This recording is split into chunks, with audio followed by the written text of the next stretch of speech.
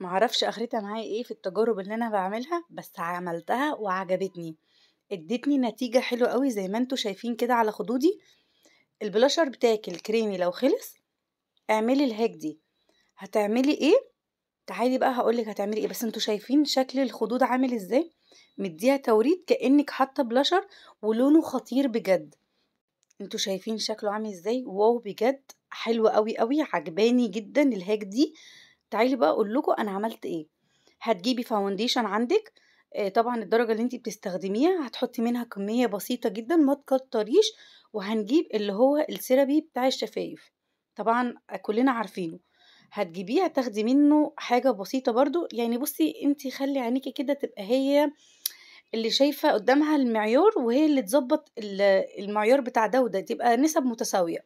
وتبدأي ان انت تخلطيهم مع بعض وتوزعيهم بالفرشة على بشرتك، وتدمجي كويس جدا بالبيوتي بلندر. ما تدمجهوش بأي حاجة تانية. ده عايزة اقولك ان يعني ده بديل البلاشر الكريمي، يعني انا ما شفتش فرق ما بينهم خالص. انا حسيت ان انا فعلا حتى بلاشر كريمي، والدرجة بتاعته تحفة، انا ما بلاقيهاش. فالتجربة دي تاخد 10 من 10 بما انها نجحت معايا وطلعت بالشكل ده. انتوا شايفين شكل التوريد بتاع الخد عامل ازاي؟ حلوة جدا. طبعا وزعيه بالفرشة، وبعد كده تبدأي تحطيه بقى البيوتي بلندر بتاعتك، تبدأي ان انت تدمجي بيها. بس انتوا شايفين على خدودي ولا مش باين؟ لا هي باينة قوي. بصوا كده شكل التوريد بتاع الخدود كأنك حاطة بلاشر كريمي ده بجد. وحاولت ان انا احطه لكم على ايدي عشان تشوفوه. بعد ما تخلصي خالص لازم ان انت تثبتي بايه؟ باي بلاشر عندك يكون قريب للدرجه دي، هيفضل معاكي وقت طويل. بس انا فعلا عجبتني جدا وحبيت ان انا اشاركها لكم. انتوا شايفين النتيجه عامله ازاي؟ لا حلوه، واضحه ولا ايه؟ قولوا لي رايكم انتوا ايه في الكومنتات. اهم حاجه ان انت تدمجيها بالبيوتي بلندر كويس، وهحط لكم هنا على ايدي اهو. انتوا شايفين الدرجه جامده جدا تجنن. انا ما بلاقيش الدرجه دي كتير، عجبتني قوي. كل اللي انا استخدمته في الفيديو هو فاونديشن، واللي هو السيرب الشفايف اللي هو طبعا لونه احمر ده. تدمجيهم كويس مع بعض، وبعد كده تبداي ان انت تعملي بالبيوتي بلندر بتاعتك تدمجيهم كويس. شايفين شكلها عامل ازاي؟ حلوه جدا، يعني باينه اكيد. اللون جامد، عجبني قوي. جربوها هتعجبكم. لو انت البلاشر الكريمي بتاعك خلصان جربيها هتعجبك قوي. الدرجه دي انا اصلا يعني على طول ما بلاقيهاش، فخدت قلبي. والتجربه دي زي ما قلت لكم تاخد 10 من 10. جربوها هتعجبكم قوي. هو فاونديشن عندك وخدت اللي هو السيربي بتاع الشفايف، بس كده هما الاتنين دول.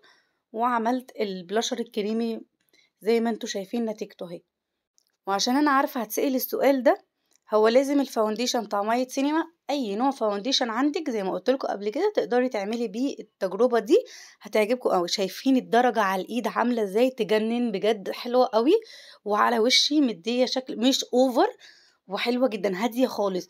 تقدري تثبتيها بقى زي ما قلتلك بنوع، اي نوع بلاشر عندك هتفضل ثابتة معاكي. لا التجربة نجحت وعجبتني جدا. قولوا لي رأيكم ايه في الكومنتات. وما تنسوش تعملوا لايك وشير للفيديو. مدية ملمس حلو قوي للخدود، مش مكتل. لا حلوة جدا. بعد ما يهدى طبعا دقيقتين تروحي بقى مثبتها بالبلاشر بتاعك. حلوة قوي قوي قوي. جربوها هتعجبكم. ما تنسوش تعملوا لايك وشير. انتوا بتعملوش لايكات على الفيديوهات ليه؟ انا معرفش. نعمل لايكات على الفيديوهات اللي احنا بننزلها عشان خاطر الكل يستفاد. اهم حاجة ندمج كويس البلاشر على الخدود عشان خاطر يندمج كويس ويديكي نتيجة حلوة. ادمجيه كويس عشان ما يبقاش يخطط معاكي. ترفعي كده الخد لفوق. شايفين رفع الخد ازاي اصلا؟ لا حلوة جدا.